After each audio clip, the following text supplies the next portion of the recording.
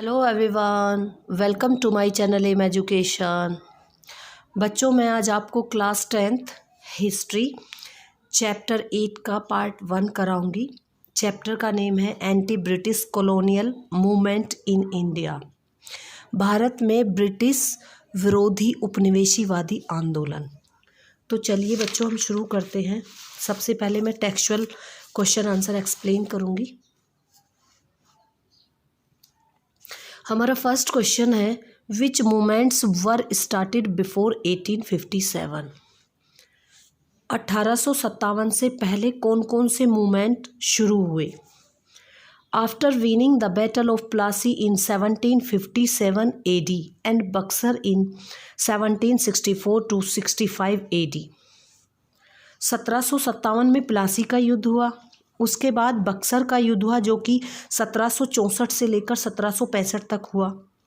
The British became political power in India from commercial power. इन दोनों युद्धों के बाद, जो प्लासी का युद्ध हुआ था और बक्सर का युद्ध हुआ था, इन दोनों युद्ध के बाद जो ब्रिटिश ईस्ट इंडिया कंपनी थी, उसकी जो राजनीतिक पावर थी वो तो उसके पास थी ही, उसके बाद में उसके पास कॉमर्शियल पावर भी आ गई। इट मीन्स वाणिज्यिक पावर, व्यापारिक पावर, जो व्यापार करने की पूरी शक्तियां अब ब्रिटिश साम्राज्य के साथ आ गई थी। After that they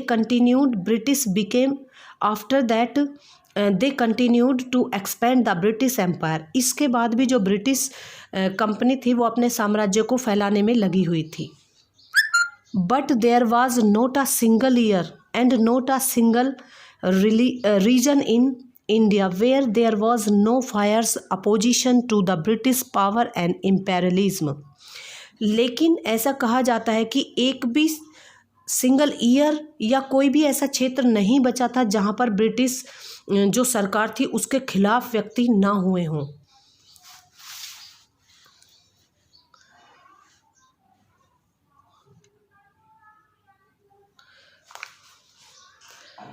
As a result, hundreds of rebellions took place between 1757 AD and 1857 AD। इसका क्या परिणाम हुआ कि 1757 से लेकर 1857 तक के जो बीच का जो समय था उसमें बहुत सारे रिबेलियंस हुए, विद्रोह हुए। Between 1763 AD to 1800 AD। 1763 से लेकर 1763 से लेकर 1800 तक बहुत सारे रिबेलियन हुए। और सबसे बड़ा जो विद्रोह माना जाता है वो था सन्यासी fought against the British power. सन्यासी लड़े ब्रिटिश पावर के खिलाफ। आफ्टर दिस, इसके बाद द ट्राइबल्स जैसे कि संथाल, कोल, खासी, गौर, चौर, अहोम एटसेट्रा। ट्राइबल्स कहते हैं जनजाति। बहुत सारी जनजातियां ऐसी थी जिन्होंने कि ब्रिटिश कंपनी के खिलाफ विद्रोह किया, जैसे कि संथाल, कोल, खासी, Ahom etcetera. Weavers, artisan, farmers. Weavers कहते हैं जो बुनाई का काम करते थे, जुलाहे। आर्टिशियन जो कारीगर थे, और फार्मर्स जो कि किसान थे। And some native kings fought a long struggle against the British imperialism to free their motherland from the imperialistic बहुत सारे व्यक्तियों ने, किसानों ने, कारीगरों ने, जुलाहों ने और जो देश के अपने जो राजा थे उन्होंने बहुत संघर्ष किया ब्रिटिश कंपनी के खिलाफ, ताकि वो ब्रिटिश साम्राज्य को बाहर कर सके, अपने मदरलैंड को बचाने के लिए, अपनी भारत की धरती को बचाने के लिए साम्राज्यवादी शक्तियों से उन्होंने बहुत संघर्ष किया।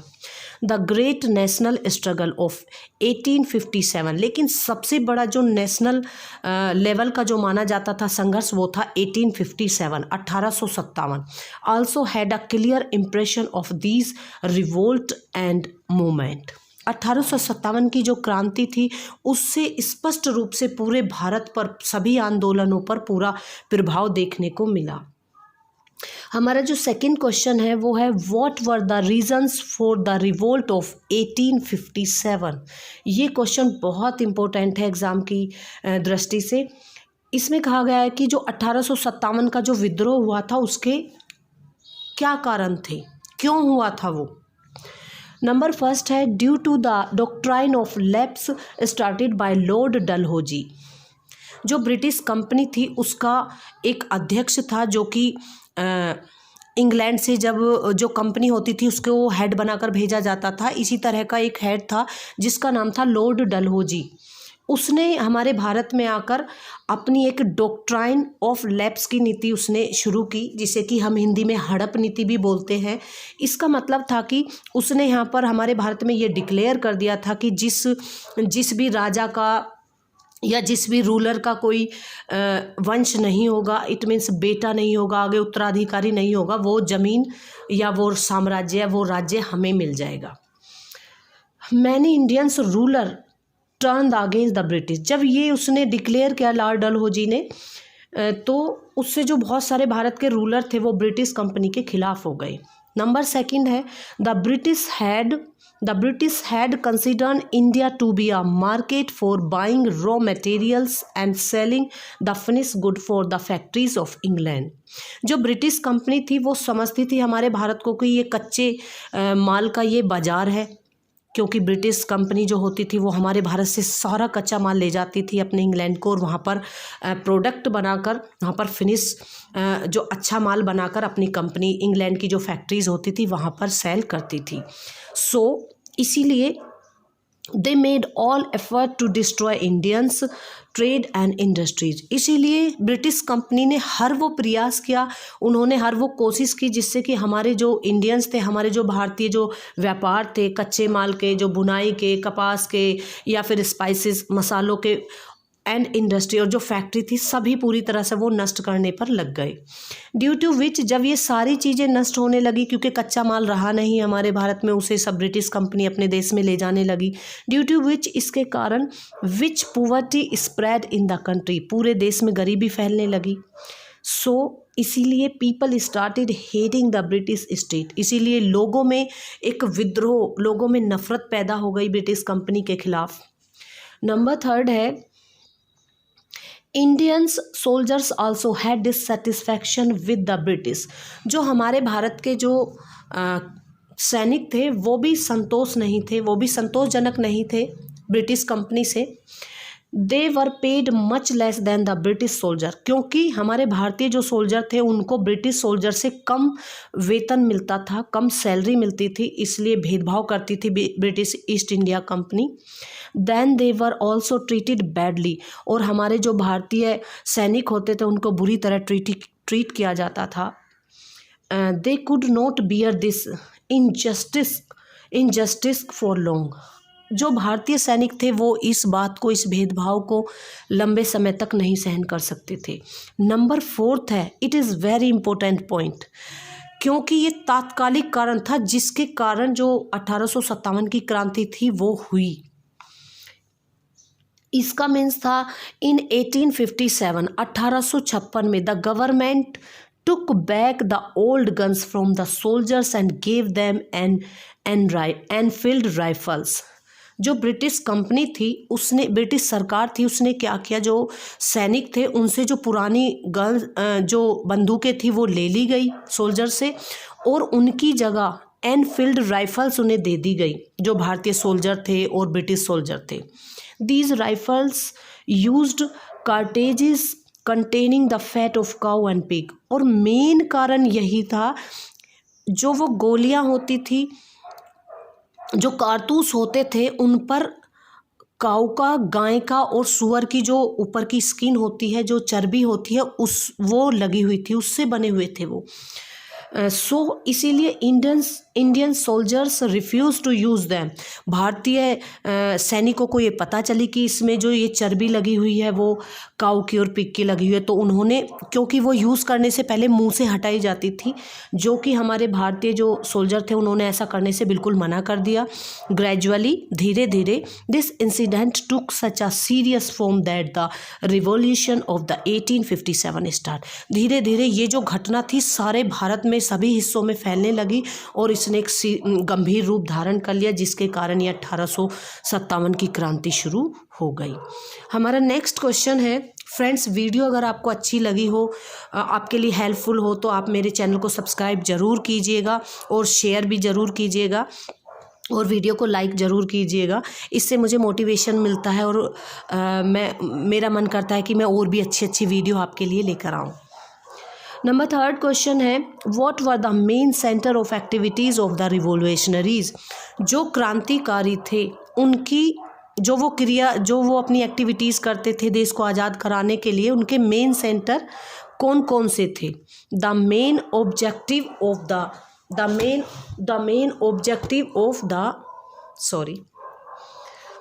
The main objectives of the revolutionary leaders was to end the British rule in India. जो क्रांतिकारी थे उनके मुख्य उद्देश्य जो थे क्या थे? एंड द ब्रिटिश रूल को समाप्त करना भारत में। फॉर दिस, इसके लिए they establish many secret institution in the country. इसके लिए उन्हें बहुत सारे जो इंस्टीट्यूशन होते हैं, संस्थाएं होती हैं, संस्थाओं की स्थापना करनी पड़ी हमारे देश में। इन दीज इंस्टीट्यूशंस, इन संस्थाओं में या इन इंस्टीट्यूशंस में द रिवोल्यूशनरीज जो क्रांतिकारी होते थे were given training to use weapons. उन्हें उन संस्थाओं में ऐसी ट्रेनिंग दी जाती थी, प्रशिक्षण दिया जाता था जिससे कि वो हथियार चलाना सीख लें, और भी बहुत सारी ट्रेनिंग उन्हें वहाँ पर दी जाती थी। In the initial phase the main centres of their activities were in Maharashtra. अगर हम मेन रूप से कहें कि मेन सेंटर हमारे भारत में ऐसे कौन से थे जो क्रांतिकारियों ने स्थापित किए थे, वो महाराष्ट्र में थे, बंगाल में थे एंड पंजाब में थे। अपार्ट फ्रॉम इंडिया, भारत से दूर, revolutionary movements were also run in foreign countries such as England, America and Canada etcetera. Bharat से अलग भी विदेशों में भी ये मूवमेंट बहुत चले और बहुत सारे सेंटर ऐसे बनाए गए। इंग्लैंड में बनाया गया, अमेरिका में बनाया गया और कनाडा में बनाया गया। इन इंग्लैंड में Shyamji Krishna Verma founded the Indian home rule society. Shyamji Krishna Verma ने, जो कि भारतीय थे, उन्होंने होम रूल सोसाइटी की स्थापना की जो कि इंग्लैंड में की थी। This society became the centre of the activities of the revolutionary. ये जो सोसाइटी थी ये बाद में आके क्रांतिकारियों के लिए ये एक सेंटर बना। Lala Hardayal founded the Ghadar party in America. और लाला हरदयाल, जो कि आपने नाम सुना होगा ज़रूर, लाला हरदयाल ने अमेरिका में गदर पार्टी की स्थापना की। नेक्स्ट क्वेश्चन है, what was the role of Azad Hind Fauj in the freedom movement.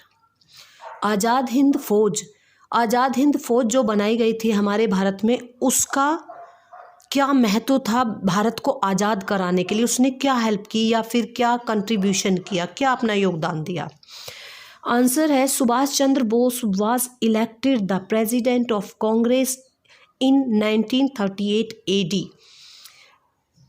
1938 में सुभाष चंद्र बोस को एज अ प्रेसिडेंट सेलेक्ट किया गया कांग्रेस की तरफ से। इन 1939 1939 में he was elected as the Congress president against Gandhi candidate.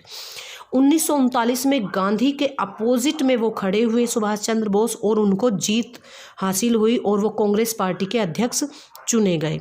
But later he left the country. लेकिन क्योंकि गांधी जी से बिल्कुल अच्छा नहीं मानते थे, गांधी उन्हें पसंद नहीं करते थे सुभाष चंद्र बोस को, तो सुभाष चंद्र बोस ने देश ही छोड़ दिया। Later he left the country, उन्होंने देश छोड़ दिया और रीच बर्लिन, और वो बर्लिन चले गए।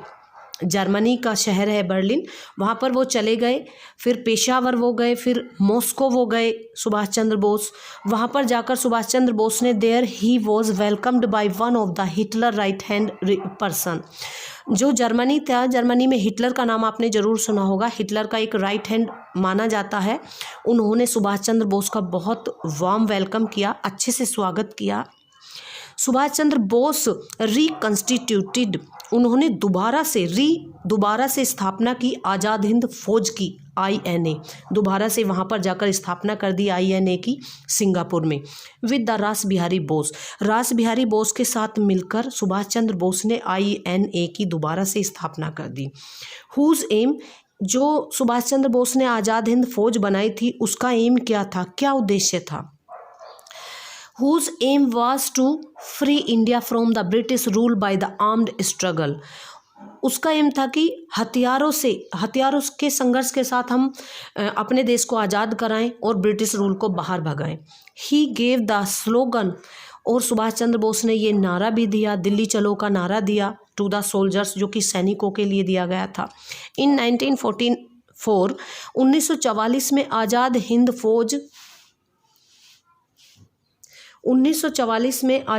फौज attempt to attack India from Imphal and Kohima. Azad Hind Fauj में 1944 में इम्फाल और कोहिमा में अटैक किया.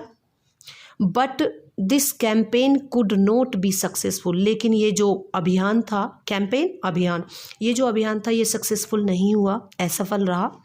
The members of the INA were taken as prisoner and put on trial. जो मेंबर थे INA के, उन्हें कैदी बना दिया गया, अरेस्ट कर लिया गया और उन पर एक ट्रायल कर दिया गया, मुकदमा कर दिया गया. People across the country raised their voice against the case launch against the soldier of Azad Hind Fauj. Azad Hind फौज के जो सैनिक थे, जो वो पकड़े गए थे, ब्रिटिश सरकार ने पकड़ लिए थे, उनके खिलाफ जब भारत में ये सूचना पहुंची कि उन्हें पकड़ लिया गया है, तो इसके खिलाफ पूरे देश में आवाज़ उठी. इवेंचुअली, अंततः दे वर रिलीज्ड. ब्रिटिश सरकार को विवश होकर उन्हें छोड़ना पड़ा. This was a great victory for Indian nationalism. ये एक बहुत बड़ी जीत थी हमारे भारत के लिए.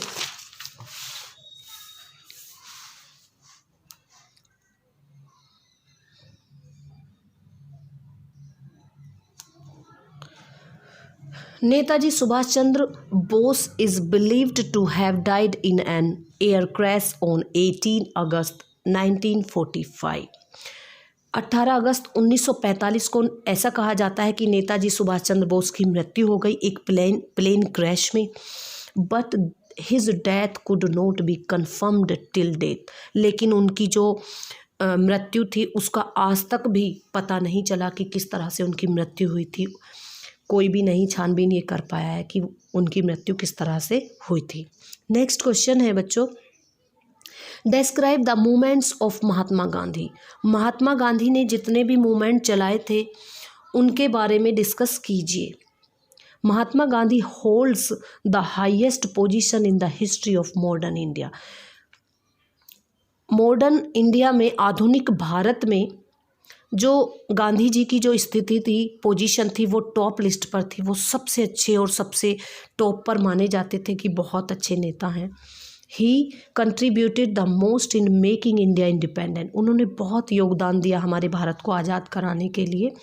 विद हिज अराइवल, उनके आने के बाद, the national movement got such a path which took it to the destination of the independence. उनके आने के बाद जो राष्ट्रीय आंदोलन थे उन्हें एक पाथ मिल गया, उन्हें एक रास्ता मिल गया.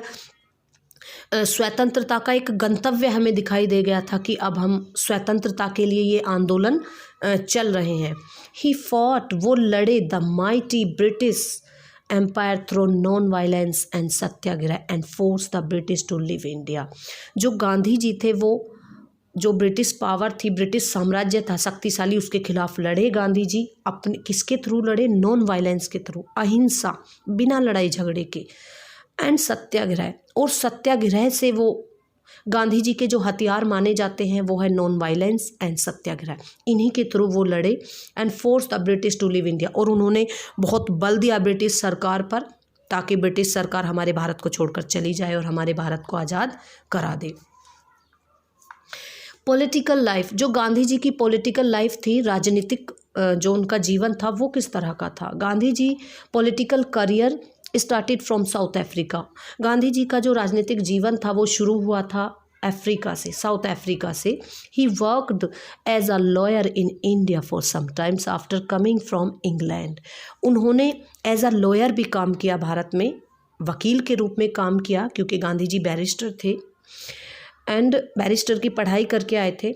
India for some time, India में उन्होंने एज अ लॉयर काम किया आफ्टर कमिंग फ्रॉम इंग्लैंड, जब वो इंग्लैंड से आए थे. But then he went to South Africa, लेकिन इंग्लैंड से आने के बाद वो साउथ अफ्रीका चले गए थे.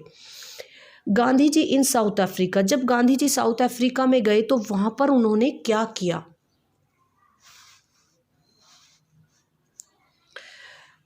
At that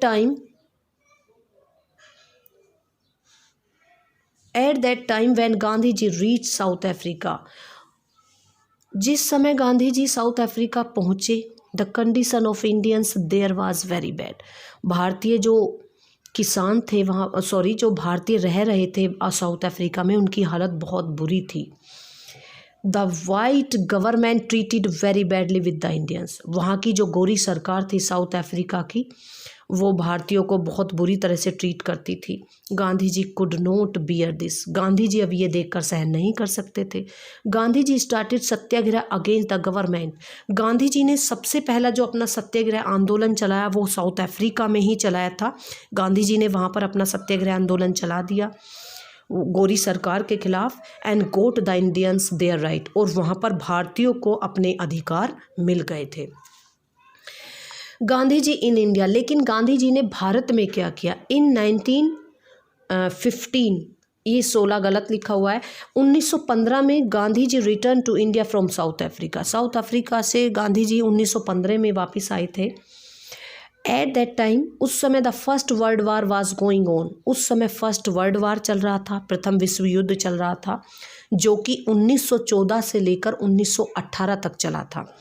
the British government was busy in this war, British सरकार जो थी इस युद्ध में बिजी थी। It was in great need of money and people, क्योंकि अब इससे उसे मनी की और पीपल, व्यक्तियों की और धन की बहुत ज़रूरत थी ब्रिटिश सरकार को।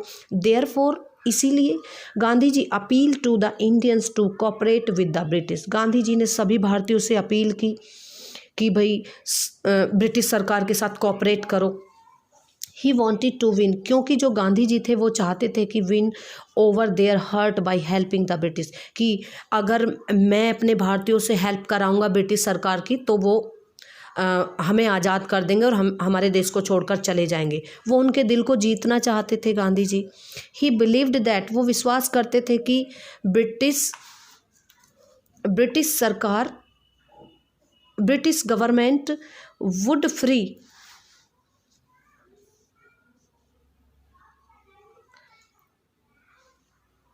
ब्रिटिश सरकार would free Indians after winning the war, क्योंकि गांधी जी ऐसा विश्वास करते थे कि जब युद्ध समाप्त हो जाएगा तो हमारे भारत को आज़ाद कर देंगे ये अंग्रेज। बट द ब्रिटिश गवर्नमेंट, लेकिन जो ब्रिटिश गवर्नमेंट थी, did not give anything to Indians after winning the war, जब युद्ध जीत गई ब्रिटिश सरकार, उसने कुछ भी भारतीयों को नहीं दिया। इसके विपरीत हुआ सब, जैसा कि गांधी जी सोच रहे थे। On the contrary, it implement revolt act in India, इसके बावजूद अंग्रेजी सरकार ने रोलेक्ट एक्ट लगा दिया हमारे भारत में। Gandhi ji got hurt due to this black law, और जब ये ब्लैक रूल लगाया गया तो गांधी जी इससे बहुत हर्ट हुए, उन्हें बहुत सदमा पहुंचा, उन्हें बहुत आहत लगा। एंड डिसाइडेड टू लॉन्च, और उन्होंने तभी निश्चय किया और लॉन्च कर दिया a non corporation movement against the British government. तब गांधी जी ने नॉन कॉरपोरेशन, असहयोग आंदोलन उन्होंने ब्रिटिश सरकार के खिलाफ लॉन्च कर दिया। नॉन कॉरपोरेशन मूवमेंट ये क्या था?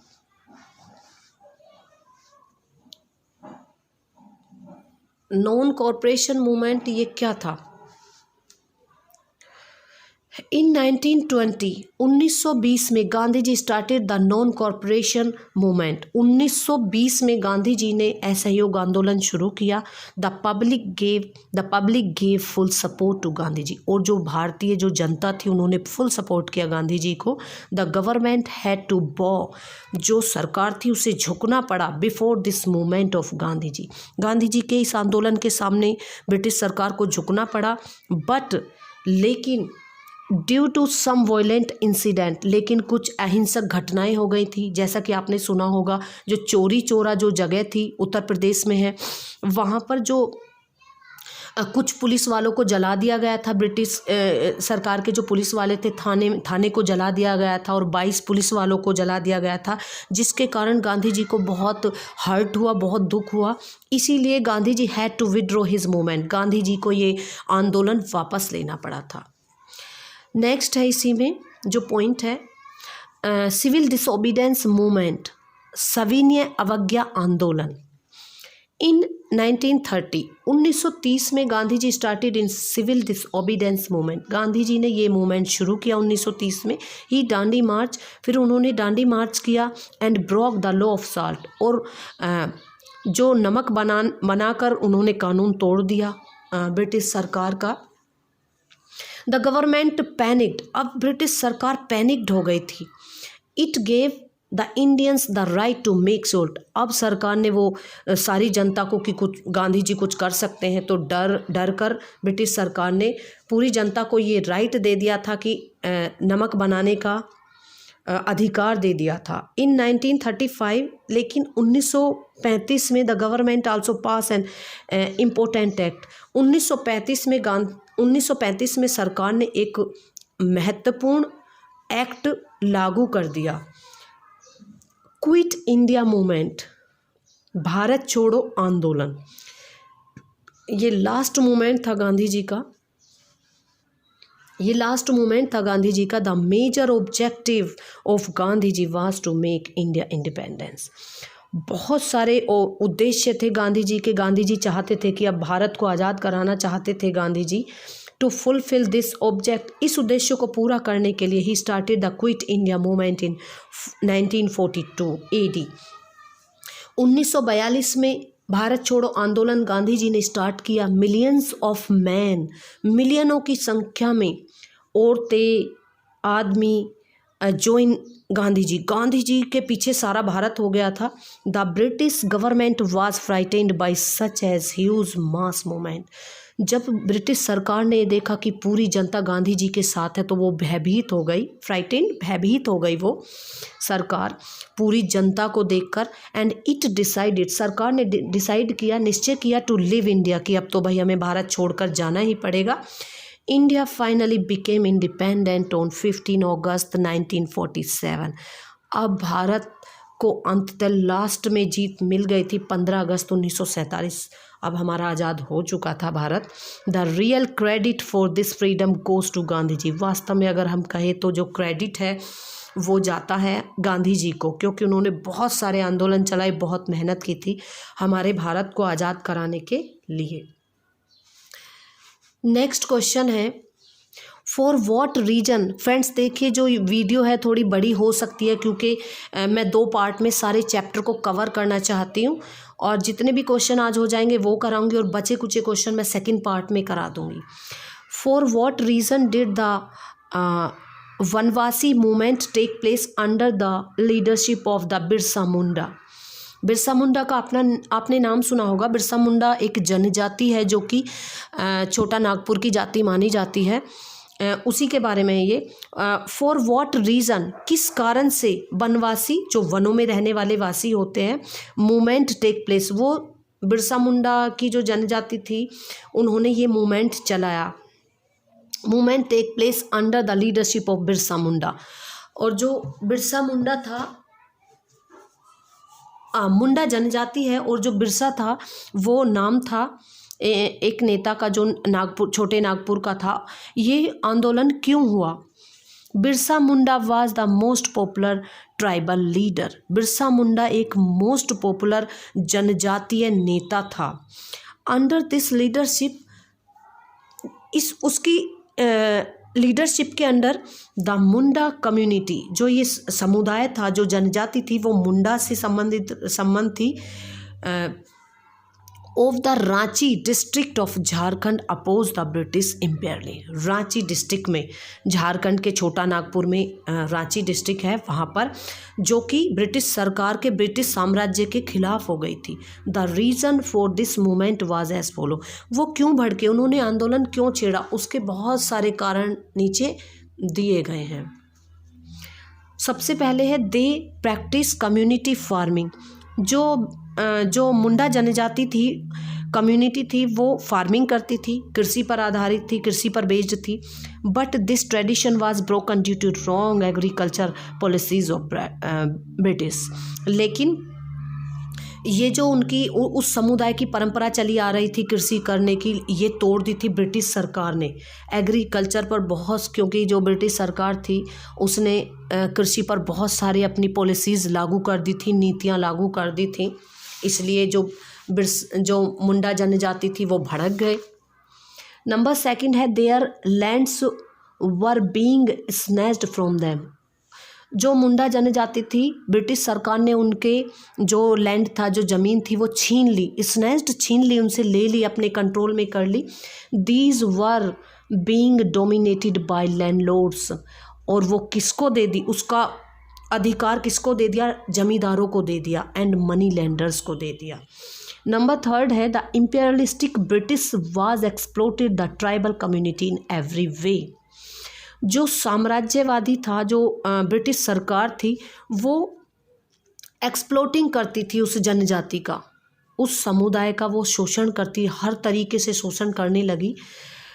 दे were converting the tribal into Christians by giving in document etcetera. उसने क्या कहा ब्रिटिश सरकार ने, वो जो जनजाति थी उसको क्रिश्चियनिटी में कन्वर्ट करने लगी, उनके धर्म को बदलने लगी वो, कि हम तुम्हें डॉक्यूमेंट दे देंगे लेकिन तुम अपना धर्म परिवर्तन कर लो। नंबर लास्ट है their cultural values and tradition were being destroy under the imperialistic rule. जो मुंडा जनजाति थी, उनका जो संस्कृति थी, उनकी जो सांस्कृतिक वैल्यूज़ थे, उनकी परंपराएं जो थी, वो ब्रिटिश साम्राज्य के सामने नष्ट होती जा रही थी, वो ख़त्म होते जा रहे थे, इसलिए उन्होंने विद्रोह शुरू कर दिया।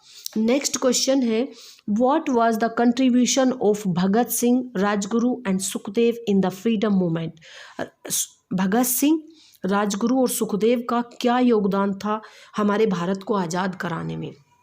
Bhagat Singh and his companion Rajguru, Bhagat Singh, उनके जो साथी थे Rajguru and Sukhdev were revolutionary, ये सभी क्रांतिकारी थे। देखिए बच्चों, क्रांतिकारी हम उन्हें कहते हैं जो अपने देश से प्रेम करते हैं और अपने देश के लिए लड़ते हैं, अपने देश को परिवर्तन करने के लिए, अपने देश को आज़ाद करने के लिए लड़ते हैं और अपने देश के प्रति प्रेम रखते हैं, हम उन्हें राष्ट्रवादी क्रांतिकारी कहते हैं। They wanted a worker and peasant, वो चाहते थे अ वर्कर एंड पीजेंट वो किसानों के लिए और काम करने वालों के लिए वो रिवोल्ट करना चाहते थे। Revolution to fight the colonial rule and the rich exploiting classes, और उनके प्रति उनकी साइड से वो लड़ना चाहते थे जिनको कि ब्रिटिश पावर एक्सप्लोटेड कर रही थी, हमारे देश के व्यक्तियों को, किसानों को, काम करने वालों को, उनका शोषण कर रही थी। उनके खिलाफ उन्होंने मूवमेंट शुरू किए। फॉर दिस पर्पस, इस उद्देश्य के लिए they founded the Hindu socialistic republication association, short में हम इसे कह सकते हैं HSRA। जो भगत सिंह थे और उनके साथी थे, उन्होंने एक संस्था की स्थापना की जिसे कि HRSA हम कह सकते हैं। इन 1928 में 1928 में इसकी स्थापना की एट फिरोज शाह कोटला में, जो कि दिल्ली में है। The members of HSRA had killed a police officer named Saunders who lathi charge Lala Lajpat Rai. जब ये पॉलिसीज इस नीति को, इस आंदोलन को दबाने के लिए, इस सोसाइटी को दबाने के लिए जो ब्रिटिश सरकार थी, ये सांडर्स था, एक सांडर्स नाम का एक व्यक्ति था, उसने लाठी चार्ज करवा दी लाला लाजपत राय पे। Lala Lajpat Rai later died due to this lathi charge. और बाद में जो लाला लाजपत राय थे वो इस लाठी चार्ज की वजह से ही वो मारे गए थे। जो लाला लाजपत राय थे वो हरियाणा के थे, हिसार जिले के वो थे। ऑन 10 जुलाई को 1929 को 24 revolutionary were tried for the Saunders murder. 14 जो क्रांतिकारी थे उन्होंने सांडर्स का मर्डर कर दिया, कोशिश की सांडर्स के मर्डर करने की। आउट ऑफ दी 6 वो मारने की सोच रहे थे कि उन्होंने हमारे नेता को मार दिया, लाला लाजपत राय, इसी के विरोध में वो मारने के लिए उन्होंने कोशिश की, जिसमें से कि 6 एब्सकंडिंग और 3 मतलब जो 6 व्यक्ति थे वो फरार हो गए, भाग गए थे। 3 वर रिलीज्ड, 3 छूट गए थे एंड 7 बिकेम गवर्नमेंट विटनेस, और जो 7 थे वो सरकार के, ब्रिटिश सरकार के गवाह बन गए थे। द ट्रायल, जो मुकदमा था, proceed only on the remaining 8, जो मुकदमा था वो केवल 8 व्यक्तियों पर चला। This case was transferred from the magistrate to a tribunal of 3 जज। ये जो केस था वो ट्रांसफ़र कर दिया गया था मजिस्ट्रेट से न्यायाधीश पर, ये 3 जो जज थे उन पर ट्रांसफ़र कर दिया गया था, उनको दे दिया गया था 17 अक्टूबर को। 17 अक्टूबर 1930 को the special tribunal sentenced Bhagat Singh. 17 अक्टूबर 1930 को स्पेशल जज ने ये सुना दिया भगत सिंह को that he is associated to death, उनकी डेथ का ऑर्डर दे दिया कि उन्हें मृत्यु दी जाए। Demonstration took place across the country to stop the death penalty. जब ये उन पर मृत्यु का आरोप, उन्हें मृत्यु कहा गया कि उनकी मृत्यु कर दी जाए, उन्हें फांसी की सज़ा दी जाए, तो इसके विरोध में देश भर में प्रदर्शन होने लगे। डेमोन्स्ट्रेशन, प्रदर्शन होने लगे पूरे देश में इस डेथ को रोकने के लिए, भगत सिंह की मृत्यु को, भगत सिंह की फांसी को रोकने के लिए। लेकिन फाइनली ऑन 23 मार्च 1931 को Bhagat Singh, Rajguru and Sukhdev were hanged. इन तीनों ही व्यक्ति को हैंग्ड कर दिया गया, इन्हें फांसी पर लटका दिया गया। नेक्स्ट क्वेश्चन है why did the Komagata Maru incident happen. Komagata Maru एक घटना थी, ये कब घटित हुई थी? Revolutionary members of Ghadar party, जो गदर पार्टी के जो क्रांतिकारी व्यक्ति थे, wanted to bring armed revolution in India. वो भारत में जो शस्त्र होते हैं, हथियार होते हैं, उस क्रांति को लाना चाहते थे। सो इसीलिए दे सेंट आर्म्स कहते हैं हथियारों को। They sent arms to the revolutionary from Germany to India in a ship called Tosa Maru. वो भारत में हथियार लाना चाहते थे ताकि वो लड़ सके ब्रिटिश साम्राज्य के खिलाफ। इसीलिए उन्होंने जो हथियार थे वो भेजे जर्मनी से, वो भारत भेजे थे, एक शिप के थ्रू, शिप में रख के भेजे थे। उस शिप का नाम था Tosa Maru. But the information of this was already received by British government in India. लेकिन भारत में जो ब्रिटिश सरकार थी उसको ये सूचना किसी ने पहले ही दे दी थी कि जर्मनी से हथियार आ रहे हैं, शिप में आ रहे हैं वो। देयरफॉर इसीलिए अपॉन रीचिंग इंडिया, भारत पहुंचते ही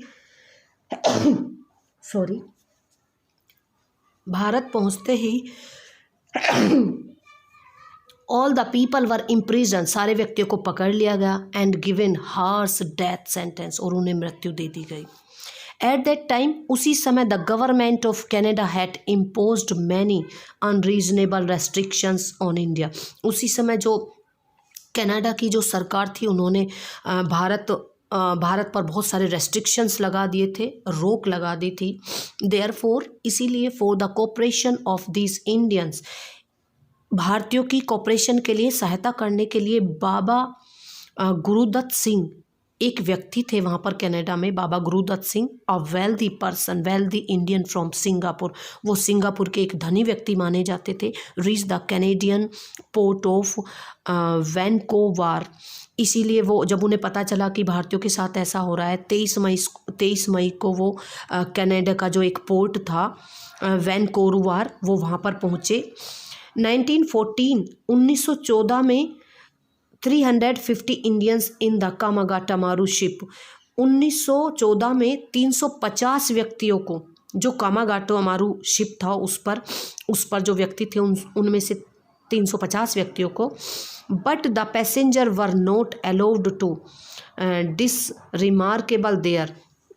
लेकिन पैसेंजर को वहाँ पर उतरने नहीं दिया गया, सरकार ने उन पर रोक लगा दी, उन्हें उतरने दिया गया। Being compelled the ship went back to India from Vancouver, और शिप को वापस भेज दिया गया भारत के लिए, उन्हें कनाडा में उतरने नहीं दिया गया। When the ship reach the Hooghly नदी, फिर शिप वहाँ से उल्टा चला हुगली नदी, जो कि कलकत्ता में है। हुगली नदी पर पहुंचा। The deputy commissioner of Lahore, Lahore के जो डिप्टी कमिश्नर थे, रीच देयर, वो वहाँ पर पहुंच गए। With the people of force, वो अपनी पुलिस को लेकर पहुंच गए जो ब्रिटिश सरकार थी। After the passenger were search, जब पैसेंजर को सर्चिंग ढूंढने के लिए, the ship was parked at Budge Budge Ghat, जो शिप था उसको पार्क करने के लिए बोल दिया गया। बाजबार घाट पर उन्हें पार्क कर दिया गया शिप को, इट मीन्स वहाँ पर खड़ा कर दिया गया। 27 किलोमीटर अवे, 27 किलोमीटर दूर उसे खड़ा करवा दिया गया शिप को। The passenger were told, passenger कहना चाहते थे, they would be taken to Punjab by train from, कि हमें पंजाब भेज दिया जाए ट्रेन के थ्रू। The travellers wanted to do some business in Calcutta, क्योंकि जो व्यापारी थे वो कुछ बिजनेस करना चाहते थे Calcutta. But no one listen to them, लेकिन उनकी किसी ने भी नहीं सुनी। पैसेंजर ने बोला कि हम तो व्यापार करना चाहते हैं, लेकिन ब्रिटिश सरकार ने उनकी नहीं सुनी। And they were thrown out of the ship, और उन्हें शिप से उतार कर फेंक दिया गया। इन द इवनिंग, शाम में, this passenger had an encounter with the police at the railway station, शाम को इन पैसेंजर का एनकाउंटर कर दिया गया पुलिस के द्वारा रेलवे स्टेशन पर। The police open fire, police ने खुलेआम पर फायर शुरू कर दी उन व्यक्तियों पर, उनको मारना शुरू कर दिया। इन दिस फायरिंग, इस फायरिंग में 40 पीपल वर मर्डर्ड, इस फायरिंग में 40 व्यक्ति शहीद हो गए। एंड मैनी वर इंजर्ड, बहुत सारे व्यक्ति इंजर्ड हो गए। बाबा गुरुदत्त सिंह एस्केप्ड, बाबा गुरुदत्त सिंह बच गए। एंड रीच्ड पंजाब, और वो पंजाब पहुँचे। इन 1920 में he handed himself over to the police at Nankana Sahib on the birthday of Guru Nanak, और उन्होंने 1920 को अपने आप को सरेंडर कर दिया, समर्पित कर दिया। गुरु नानक पुलिस थे, ननकाना साहिब को अपने आप को सरेंडर कर दिया, क्योंकि उस दिन गुरु नानक देव जी का बर्थडे था। उस दिन उन्होंने अपने आप को समर्पित कर दिया, सरेंडर कर दिया। ही वाज सेंटेंस्ड टू, और उन्हें भी मृत्यु की सज़ा सुना दी गई, ऑन 5 years in prison, और उन्हें 5 साल की सज़ा दी गई। दिस इंसिडेंट कोज्ड, सॉरी मारा नहीं गया था, उन्हें 5 साल की सज़ा सुना दी गई थी। This incident caused whispered anger among, और ये जो घटना थी सारे भारत में जगह जगह पर फैलने लगी अगेंस्ट द ब्रिटिश रूल, और जिससे कि जनता भारतीयों के खिलाफ हो गई। आज का लास्ट क्वेश्चन है, वाई वर स्वदेशी and boycott important in the freedom movement, जो स्वदेशी आंदोलन था और बाइकॉट का मीन्स होता है किसी चीज़ को बिल्कुल मना ही कर देना, ख़त्म कर देना अपने आप से। बाइकॉट महत्वपूर्ण क्यों था स्वतंत्रता आंदोलनों में? जो स्वतंत्रता के लिए आंदोलन लड़े गए थे उनमें स्वदेशी मीन्स अपने देश, अपना देश, और बहिष्कार, बाइकॉट करना, ये शब्द क्यों जरूरी थे? Swadeshi and boycott movement started in Bengal, swadeshi movement और बाइकॉट मूवमेंट ये शुरू हुआ बंगाल में 1905 में।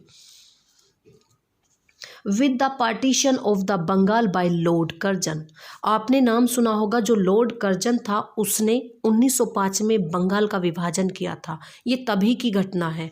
But soon it spread to the other part of India as well, लेकिन जल्दी ही ये जो मूवमेंट थे स्वदेशी और बाइकॉट ये सारे देश में फैल गए, सारे भारत में फैल गए। This movement was led by prominent leader like Surendra Nath Banerjee, ये जो मूवमेंट था इसका जो पूरा इनके जो लीडर थे वो माने जाते हैं सुरेंद्र नाथ बनर्जी, बिपिन चंद्र पाल माने जाते हैं, एंड बाल गंगाधर तिलक, ये तीनों ही इन मूवमेंट के मेन जो लीडर हैं वो माने जाते हैं। Public meetings were held from place to place in India, public meeting होने लगी भारत के जगह जगह पर। इन दीज मीटिंग्स, इन मीटिंग में एन ओथ, एक शपथ ली गई, जगह जगह भारत के जो व्यक्ति थे उन्होंने शपथ ली। Take to use local goods, कि हम अपने देश की ही चीज़ें यूज़ करेंगे, एंड बाइकॉट फॉरेन गुड, और विदेशी चीज़ों का बहिष्कार करेंगे। उन्हें जला दिया गया विदेशी चीज़ों को, विदेशी कपड़ों को। शॉपकीपर्स वर फोर्स, जो शॉपकीपर्स थे उन पर बल दिया गया, to sell foreign goods and customer were force to not buy foreign goods, और उनसे कहा गया कि तुम ऐसा कहो कि अपने देश की चीज़ ही खरीदें और फॉरेन गुड्स ना खरीदें। Bone fire of foreign cloth was made at many places in India. बहुत बोन फायर, कपड़ों को जला दिया गया, जो विदेशी कपड़े थे उनको जगह जगह पर जला दिया गया, प्रदर्शन किए गए। Propaganda was also made in national, propaganda प्रचार किया गया, जगह जगह पर फैलाया गया, इनका प्रचार किया गया। Newspaper to boycott foreign goods, newspaper में लिखा गया कि इन्हें फॉरेन चीज़ों को बहिष्कार करो। द स्वदेशी and boycott movement had a profound impact on the social, ये जो बाइकॉट और स्वदेशी जो आंदोलन थे इन्होंने बहुत प्रभाव डाला सोशल पर, समाज पर, और सामाजिक रूप से, आर्थिक रूप से एंड राजनीतिक रूप से। द लाइफ ऑफ पीपल, लोगों के जीवन पर आर्थिक, सामाजिक और राजनीतिक रूप से बहुत प्रभाव डाला इन आंदोलनों ने। This strength the national sentiments in the mind of, इससे भारत के जो व्यक्ति थे उनमें एक भावना उत्पन्न हुई अपने देश के प्रति। इन दिस मोमेंट, इस आंदोलन में Tilak gave a popular slogan like swaraj is my birth right and I shall have it. और इसी मोमेंट में तिलक थे, उन्होंने ये स्लोगन दिया, ये नारा दिया कि स्वराज मेरा जन्मसिद्ध अधिकार है और मैं इसे लेकर रहूँगा। That's all for today. Thank you so much.